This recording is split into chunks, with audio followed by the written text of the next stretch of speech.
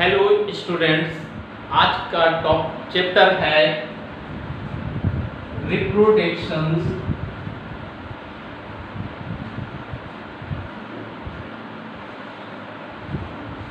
इन organisms.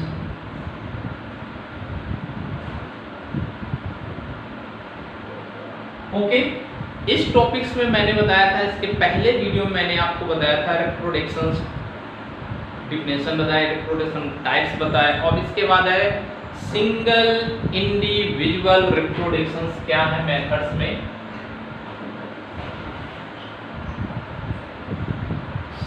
Single individual reproduction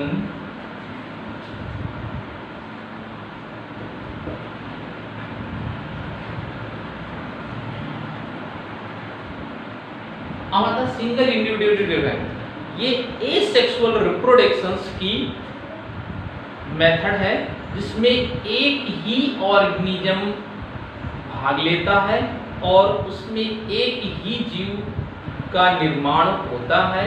इसे हम एकल जीव जनन भी कहते हैं। इसकी निम्न मेथड्स होते हैं। It is a following method. First इसका मेथड दे रखा है जिसे हम बाइनरी फिजन्स कहते हैं। बाइनरी फिजन्स क्या है? ये अलैंगिक जनन की एक महत्वपूर्ण और सरल मेथड है जिसमें एक ही जीव भाग लेता है और एक जीव से समसूत्री विभाजन द्वारा समान संतति विकसित होती हैं। ये फाइलम प्रोटोजोआ के सदस्यों में पाया जाता है। जैसे फॉर द एग्जांपल प्रोटोजोआ के कैंडिडेट्स क्या हैं? फॉर द एग्जांपल्स हैं अमीबा, सेकेंड है यूग्लिना। ओके, नेक्स्ट इसका नेक्स्ट मेथड आता है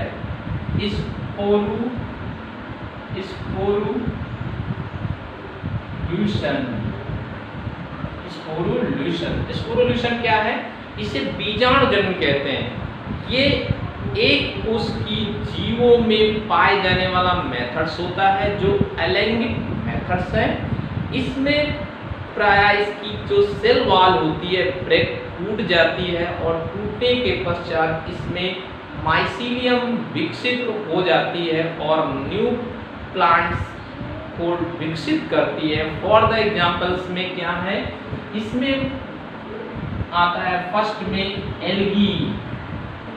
एल्गी में का है यूलोथ्रिक्स है,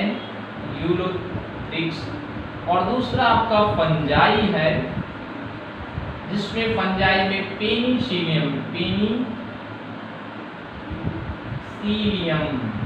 ओके, अब नेक्स्ट मेथड इसका है बडिंग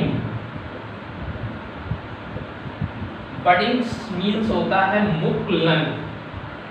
ये अलैंगिक जनन की इम्पोर्टेंस मेथड है जो प्रायः ईस्ट सेल में बहुत अधिक मात्रा में पाया जाता है, बट सम बैक्टीरिया कुछ जीवाणुओं में भी ये विधि पाई जाती है।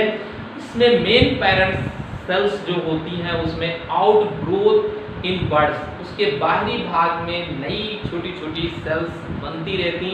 आफ्टर द मेच्योर कंडीशन, जैसे वो मेच्योर परिपक्व हो जाती हैं तो मेन पेरेंट सेल से वो ब्रेक हो जाती हैं, टूट जाती हैं और अर्थ में जर्मिनेट करके, सॉइल में जर्मिनेट करके न्यू प्लांट को विकसित कर देती हैं।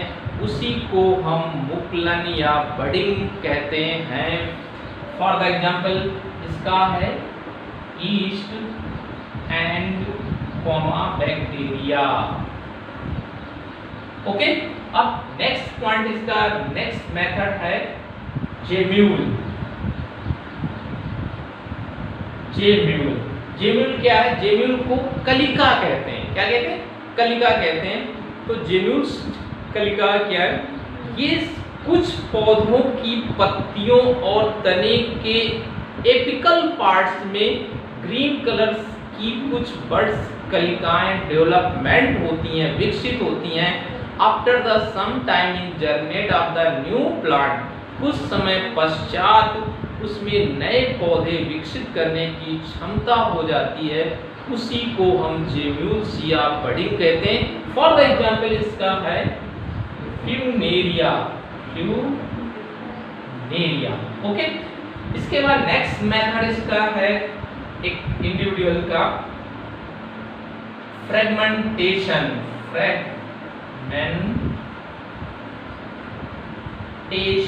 फ्रेगमेंटेशन का होता है विखंडी भवन, यानी प्रत्येक organisms, every organisms of individuations in new organism development, यानी प्रत्येक जीव में लगातार विभाजन होता है जो कई खंडों में विभाजित होकर नए पौधे तथा जीव का निर्माण हो जाता है या विकसित हो जाते हैं, उसी को हम खंडी भवन या फ्रेगमेंटेशन कहते हैं।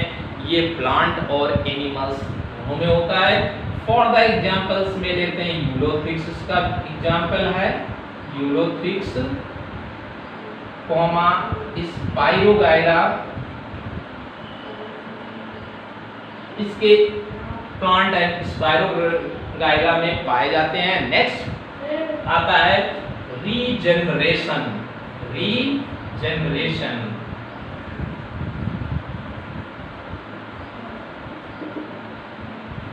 रीजनरेशन क्या होता है? इसका मीन्स होता है पुनरुद्भवन।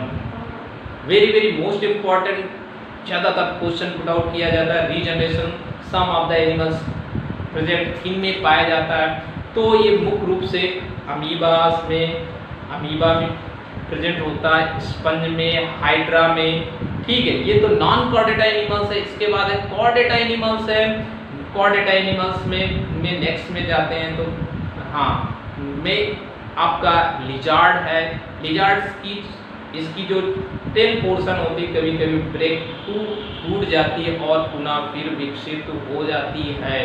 फॉर द एग्जांपल्स में इसके साथ नॉन कॉर्डेटा में एक स्टार फिश आपने नाम सुना होगा, उसकी आर्म्स जो होती हैं वो भी ब्रेकआउट हो जाती हैं और फिर after the some time of the new arms development हो जाती हैं। कहने की इसकी डिफिनेशन है पुनरुद्भवन यानी रीजनरेशन वह प्रोसेस होती है जिसमें किसी जीव के कोई ऑर्गन ब्रेक हो जाता है तो आफ्टर द सम टाइम कुछ समय पश्चात वो पुनः ऑर्गन विकसित हो जाता है, उसी को रीजनरेशन भी कहते हैं। ओके, इस चैनल को सब्सक्राइब करिए जिससे नेक्स्ट मैं टॉपिक्स लॉन्च करता हूं, जिसका नेक्स्ट टॉपिक होगा प्लांट में रिप्रोडक्शन। ओके।